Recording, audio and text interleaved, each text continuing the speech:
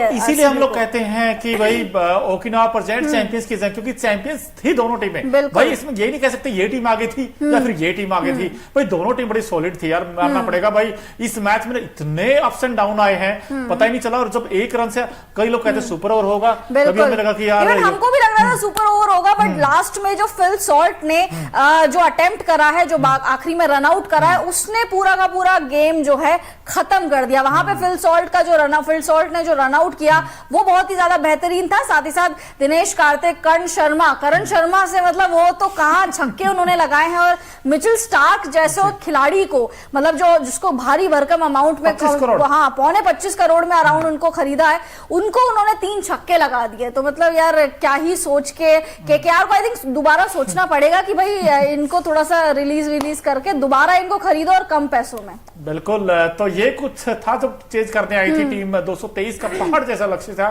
सामने, और Faf du Plessis 7 बनाए, 7 गेंदों का सामना किया, कुछ खास ये भी नहीं कर पाए। लेकिन अच्छी बात क्या थी कि विराट कोहली और ने बड़ी अच्छी पारी खेली। ये लॉकी फर्ग्यूसन के हम आंकड़े दिखा रहे हैं आपको, 4 ओवर में 47 रन हो रहे, क्योंकि महंगे जरूर रहे, लेकिन लास्ट में आकर इनके पास भी वो मौका तो था मैच जिताने का, वो डबल भागे नहीं। और विराट 7 गेंदों पर 18 रन बनाए इन्होंने, और बड़े अच्छे लगे थे पारी, जिस तरीके को खेले थे ऐसा लगा था कि आज विराट पारी खेलेंगे, क्योंकि 2 छक्के लगाए थे इन्होंने, चौका भी लगाया था। 7 में 18 बनाए, लेकिन फिर वो जो एक कंट्रोवर्शियल हर्षित राणा तीसरे ओवर की पहली गेंद पर वो जो कहते ना डीप कर रही थी फुल टॉस गेंद, उसके बाद फिर एक विवाद हो गया था कि यार क्या ये आउट है या नॉट आउट है। आपको क्या लगता है वैसे? वो बिल्कुल, देखिए इसमें डिबेट बहुत सारी है कि भैया वेस्ट लाइन के नीचे थे, क्रीज के बाहर वो थे, इसमें बहुत ज्यादा डिबेट्स चल रही है। कुछ लोग कह रहे हैं कि हाँ ये आउट था, कुछ कह रहे हैं नॉट आउट थे। अब वहां पे जो सिद्धू थे, नवजोत सिंह सिद्धू थे, वो कमेंट्री कर रहे थे, उन्होंने कहा था भाई मैं छाती ठोक के कहता हूं ये पक्का नॉट आउट है, और इसी वजह से अंपायर्स कॉल को कंट्रोवर्शियल रूल माना गया, क्योंकि अंपायर ऑनफील्ड अंपायर ने नॉट आउट दिया था, वो सॉरी ऑनफील्ड अंपायर ने आउट दिया था, जिसके चलते विराट कोहली आउट हुए और वो पवेलियन गए। वहां पे बड़ा गुस्सा भी उनको आया कि उन्होंने मतलब बैट को एकदम जमीन पे दे मारा, उसके बाद उन्होंने डस्टबिन फेंक दिया था। आई थिंक वो बहुत ही ज्यादा एक अग्रेसिव विराट कोहली का रूप हमें देखने को मिला, जो हमें 2016-17 वाले विराट कोहली थे वो रूप देखने को मिलता था। तो उस टाइम पे हमें विराट का वो विराट रूप देखने को मिला। लेकिन कहीं ना कहीं विराट कोहली ने जापा खो दिया था बीच मैच में, क्योंकि जब वो पहले तो अंपायर को कुछ कहा सुनाया, फिर उसके बाद डस्टबिन को नीचे गिराया और पवेलियन में जाकर भी बड़ा खफा दिखाई दिया। और फाफ डु प्लेसी भी बड़ा खफा थे इस डिसीजन से, क्योंकि हमने देखा कि वो भी कुछ बातचीत करते हुए नजर आ रहे थे अंपायर से, और साथ ही साथ विराट कोहली तो नाराज थे, बट कप्तान फाफ डु प्लेसी भी काफी ज्यादा नाराज नजर आ रहे थे। बड़ा कंट्रोवर्शियल है, इसीलिए बोलते हैं कि अंपायर्स कॉल को हटा ही देना चाहिए, क्रिकेट रूल बुक से हटा देना चाहिए, क्योंकि अंपायर्स कॉल हमेशा से ही कंट्रोवर्सी क्रिएट करता है। लेकिन आज भाई क्रिएट बहुत कुछ हुआ यार। मैच हो तो भाई ऐसा हो, बिल्कुल सांसें रोक देने वाला मैच, मैं कहता हूं नेल बाइटिंग सिचुएशन में पहुंच गया भाई। एक ओवर में जब 20 के आसपास रन चाहिए थे, तो किसी को उम्मीद ही नहीं थी कि आरसीबी यहां से भी जीत सकती है, लेकिन आरसीबी ने जो कमबैक किया बड़ा शानदार किया। तारीफ बनती करण शर्मा के, अंडर प्रेशर आकर लगातार 3 छक्के। जब हम सबको लगा था कि जब दिनेश कार्तिक आउट हुए लगा था मैच यहाँ पे खत्म है, उसके बाद करण शर्मा ने 3 छक्के जड़ दिए मिचेल स्टार्क जैसे गेंदबाज को, जो ऑस्ट्रेलिया को लीडिंग फ्रॉम द फ्रंट करते हैं। बिल्कुल सोच रहे थे शॉर्ट ऑफ लेंथ गेंद करेंगे, करण शर्मा को थोड़ा सा डराएंगे, सरप्राइज करेंगे, बट वो बार फुल लेंथ और वो दे घुमा के शॉट मार रहे थे। साधारण गेंदबाजी, मतलब अगर आप इस तरीके का आखिरी ओवर डाल रहे हो तो आई थिंक आपको थोड़ा सा कुछ वेरिएशन लाने चाहिए। कुछ यॉर्कर्स ही फेंक देते, बाउंसर ही मार देते, लेकिन वहां पे बड़ी साधारण गेंदबाजी हमें देखने को मिली मिचेल स्टार्क के तरीके, मतलब साइड से, और करण शर्मा ने जड़ दिया। लेकिन लास्ट में जो फिल सॉल्ट ने आई थिंक रन आउट किया, उसने वो मैच पूरा खत्म कर दिया था, जब एक बॉल में 3 रन चाहिए थे, और वहां पे फिल सॉल्ट ने मैच खत्म कर दिया रन आउट लगता है फिल सॉल्ट का ही दिन था, क्योंकि स्टार्ट भी फिल सॉल्ट ने ऐसे किया था मैच, और फिर एंड भी उन्होंने बड़े जबरदस्त अंदाज में किया। खाने में अगर नमक बहुत जरूरी है तो फिल सॉल्ट ने वो वाली भूमिका निभाई है। बैटिंग से भी उन्होंने थोड़ा योगदान दिया है, और लास्ट का जो रन आउट नहीं, मतलब काफी अर्धशतक तक नहीं पहुंच पाए, बट काफी अच्छा योगदान दिया, क्योंकि स्टार्ट उन्होंने ही दिलाया। अगर वो स्टार्ट नहीं दिलाते तो आई थिंक मिडिल ऑर्डर पे जो बैट्समैन थे उन पे ज्यादा प्रेशर आ जाता, बट लास्ट का वो रन आउट में फिल सॉल्ट का तो कभी भूल नहीं पाऊंगा। चलिए, आप फिल सॉल्ट की बात कर रहे थे तो बता ही देते मैच में हुआ क्या क्या था। केकेआर ने पहले बैटिंग करने का फैसला किया, और यहां पर देखिए 48 बना दी सिर्फ 14 बॉल्स में। फिल सॉल्ट ने आज बड़ी धूम मचाई, बल्ले के साथ 7 चौके 3 छक्के लगाए और 342 का अमेजिंग स्ट्राइक रेट था। नरेन ने 10 बनाए, आज फिर फेल रहे और पूरी तरीके से फेल रहे। 15 गेंदों का सामना किया। अंकुरिश रघुवंशी भी आज जल्दी आउट हो गए, सस्ते में निपट गए। और वेंकटेश अय्यर भी, यानी कि कहीं ना कहीं मानना पड़ेगा जो मिडिल ऑर्डर है वो एक बार फिर से केकेआर का कोलैप्स कर गया, जिसमें कि अंकुरिश रघुवंशी, सुनील नारायण, वेंकटेश अय्यर। लेकिन श्रेयस अय्यर ने आज कैप्टन नॉक खेली है और ये आपके सामने भी है भाई। 50 बनाए, 36 गेंदों का सामना किया, 7 चौके 1 छक्का लगाया। बड़े कहते हैं ना कूल काम एंड कंपोज, बड़े पॉजिटिव फ्रेम में नजर आए वहां पर। लेकिन सुनील नारायण आज जल्दी आउट हो गए, जिसकी वजह से लगा था कि भाई ये टीम शायद हो सकता है 170-180 तक रुक जाएगी। लेकिन जब लास्ट में रिंकू और रसल की वो जो पार्टनरशिप हुई थी, उसने ये स्कोर धीरे धीरे करके 200 के आसपास ले गए। लेकिन 222 तक पहुंचाने में जो सबसे अच्छा ये कंट्रीब्यूट किया, वो जो मैच फिनिशिंग नॉक खेली, वो 24 बना दिया रमनदीप सिंह ने। अब रमन कहते हैं ना मन जीत लिया उन्होंने, 9 में 24 बनाकर और स्कोर छलांगा लगाता 222 पहुंच गया।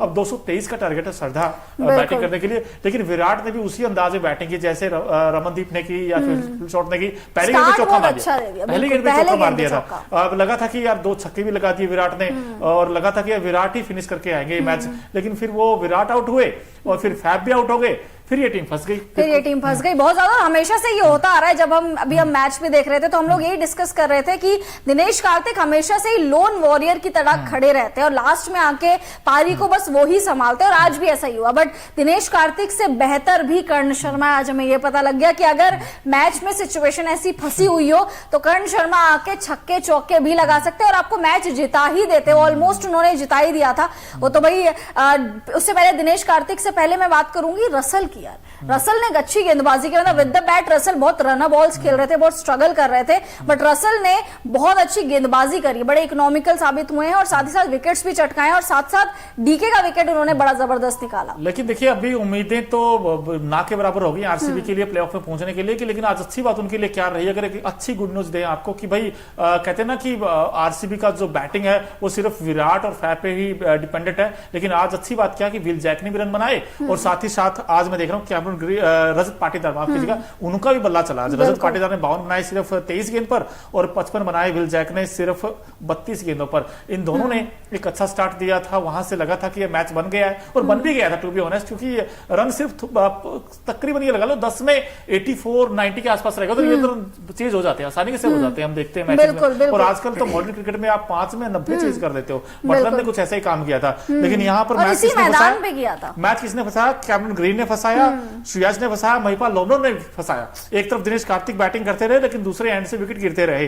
अब लास्ट में तो ठीक है, कर्ण शर्मा ने आकर वो 2-3 बड़े-बड़े शॉट्स लगा दिए, वरना ये मैच तो पहले ही आ गया था। 3 छक्के और बहुत बड़ी बात है मिचेल स्टार्क को 3 छक्के मारना। बट अब मिचेल स्टार्क की जो गेंदबाजी है, मुझे लग रहा है सारे ही बैट्समैन समझ चुके हैं कि ये किस तरीके की गेंदबाजी करते हैं, इसीलिए इनको आके चौके छक्के मार जाते हैं और मिचेल स्टार्क इस आईपीएल में वर्थलेस साबित हुए हैं। बिल्कुल पहले 2 में तो 100 से ऊपर रन थे। हाँ बिल्कुल, पहले 2 में शतक मार दिया था उन्होंने, मतलब हर मैच में अर्धशतक लगा रहे थे वो। मिचेल स्टार्क बल्ले से नहीं बल्कि गेंदबाजी से अर्धशतक लगा रहे थे। बट आई थिंक आज भी इनफैक्ट सिर्फ 3 ओवर में 55 रन दे दिए। 3 ओवर में सिर्फ 55। हम लोग 4 में 55 की बात करते हैं, आज तो 3 में ही 55 लगा दिए। बताइए अब ये आपके फ्रंट लाइन गेंदबाज कहते हैं हम इनको, लेकिन आज तो किसी भी एंगल से लगी नहीं है। 3 ओवर में 55 रन देकर विकेट एक ही मिला, क्या फायदा उस विकेट का। लेकिन जब आप इस तरीके के रन उठाते हैं, भाई आप सबसे मैन गेंदबाज हो, आप इस टीम की कहते हैं ना कि मजबूत कड़ी हो, लेकिन जब आपसे ऊपर सबसे ज्यादा भरोसा हो, आप इस भरोसे को तोड़ रहे हैं। आप 1 में 20 तो यार कोई भी गेंदबाज डिफेंड कर सकता है। हमने देखा हर्षित राणा ने इनफैक्ट क्लासन को रोका था, 1 ओवर में 11 चाहिए था, तब वो मैच जिता दिया था।